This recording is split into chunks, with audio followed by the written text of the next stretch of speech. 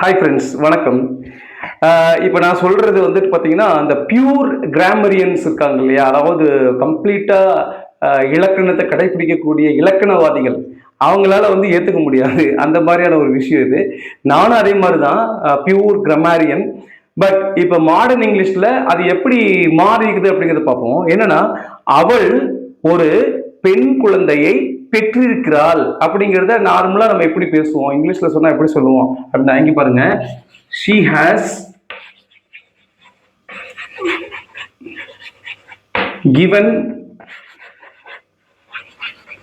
birth of a female baby. இப்படி சொல்லுவோம் இல்லையா? female baby. இப்படிதான் சொல்லுவோம்.